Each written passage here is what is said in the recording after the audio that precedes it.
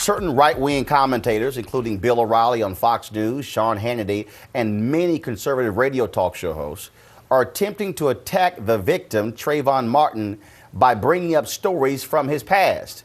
Friends of the shooter, George Zimmerman, are saying Trayvon Martin attacked him, breaking his nose and slamming his head to the ground. But a new police video of Zimmerman from the night of the shooting shows no blood and no bruises. We are now learning that the lead Sanford, Florida police investigator in the case wanted to file manslaughter charges on the night of the shooting, but the Florida district attorney refused to do so. I was in Sanford on Monday to host a large crowd at a forum on the legal issues involved. Trayvon Martin's parents were there, taking it all in. Later, thousands of people met at a Sanford City Council meeting called to discuss the Trayvon Martin case. There wasn't enough room in the civic auditorium there, so people gathered in a park nearby, and some of them told us what Trayvon Martin means to them. It was very disturbing because it could have been my brother, and I would not want my family to go through what Trayvon Martin's family is going through. Nothing has happened in 1 full month, so I'm like angry. I'm very, very angry. If one of us pull the trigger, we know what happens. But when it's done to us, no one seems to care. I have a 19-year-old son, so it could have been my son. So as a mother, I'm here for support of this family. Like I said, we cannot bring Trayvon back, but we are here to fight justice for him. That same day in Atlanta, thousands more gathered at the Georgia State Capitol to show their support for justice for Martin. Most of the folks were wearing hoodies, and they told us why they were there. My responsibility to support this movement to bring the senseless killer of Trayvon Martin to justice and to stop these stand your ground laws that are not only in Florida but in Georgia and 20 other states. During this program, we'll be talking about how the Trayvon Martin story, which I call a moment, can be transformed into a social justice movement. Here to start our discussion are 3 African-American leaders under the age of 40 with big jobs here in Washington, D.C. They were recently identified among the 40 most influential people of color under 40 on Capitol Hill by the group Impact and news site Loop21.com. They are Janae Ingram, D.C. Bureau Chief for the Reverend Al Sharpton's National Action Network; Brandon Andrews, Legislative Aide for Oklahoma Republican Senator Jim Inhofe; and Mikhail Moore, Chief of Staff for Congresswoman Maxine Waters of California. Folks, welcome to Washington Watch. Thank you. Thank you. I always talk about being a post-civil rights movement baby.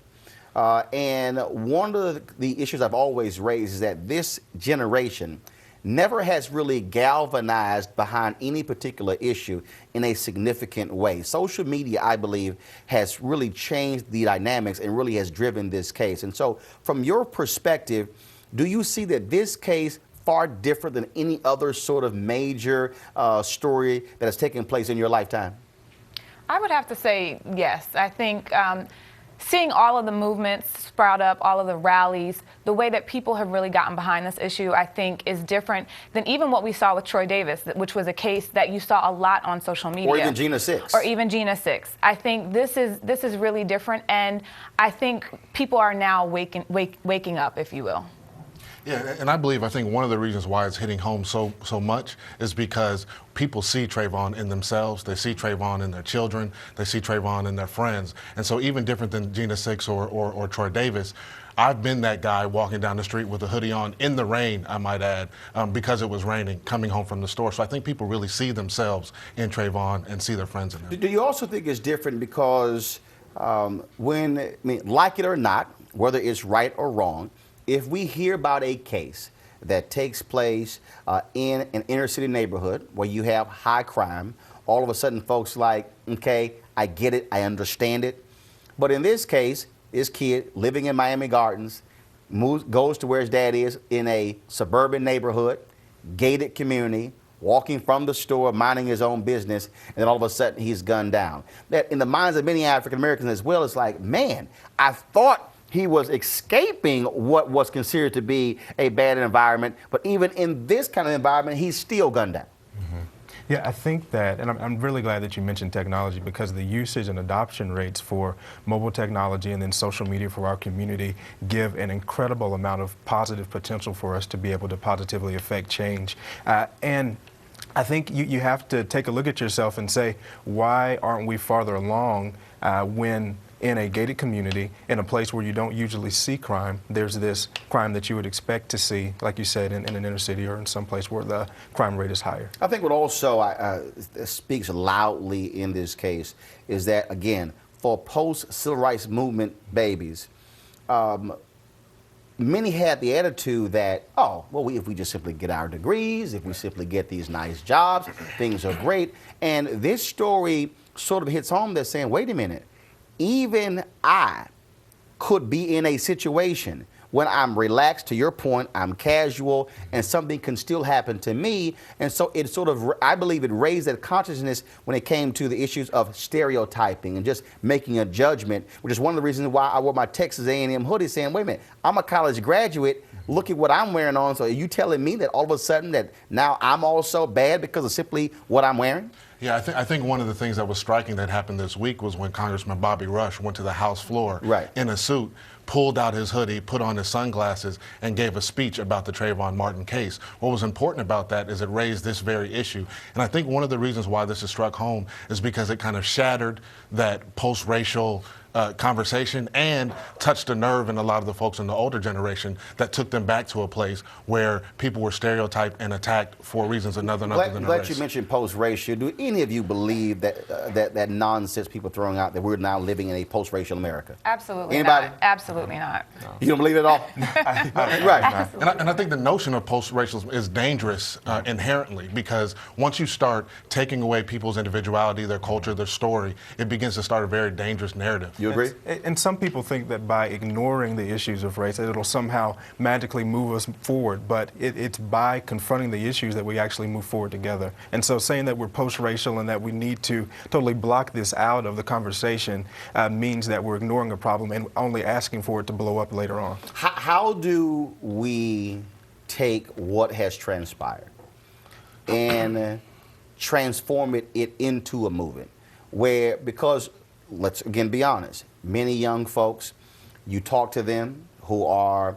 35, 40, 42, 45, they really aren't saying, I want to hook up with the NAACP or the Urban League or traditional organizations. And so how do we make sure that this passion and this anger continues and is channeled into public policy, into changing what is happening in their communities, keeping them active and involved? I think just helping people become educated about voting. This is one of those issues that a lot of people didn't know the stand your ground law even existed.